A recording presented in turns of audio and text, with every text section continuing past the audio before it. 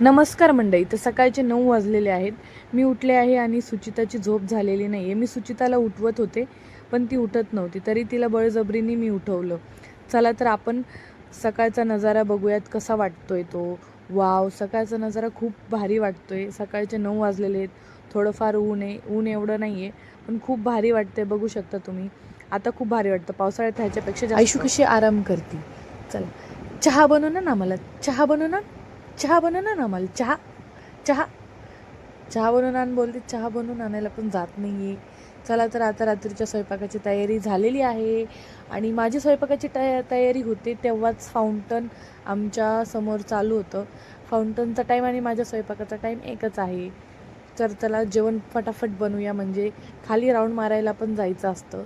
चला जेवणाची तयारी करूया. मी आज बनवत आहे पातची भाजी. मी सुचिताला विचारलं, तू काय खायला आणलं होतं? ती बोलत होती वडापाव वडापाव वडापाव. आणि ऐश्वर्या तर कॉमेडी करत होती. ती सांगतही नव्हती, कॉमेडी गर्ल आहे. तर मी जेवण बनवायच्या तयारीला लागलेली आहे. तर मी बाजरीची भाकर बनवत आहे, बघू शकता तुम्ही. तर माझ्या भाकरी बनवून आता होत आहेत, झाल्या आहेत. माझ्या भाकरी बनवून झाल्या, बघू शकता. तर आता मेहंदीचा कार्यक्रम होत आहे, म्हणजे सुचिताच्या हातावर मेहंदी काढत आहे आयशू.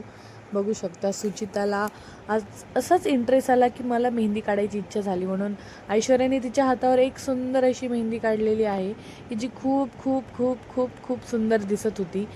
बाय बाय मंडळी. ते इथेच माझा छोटासा मिनी ब्लॉग संपला आहे. Bye bye.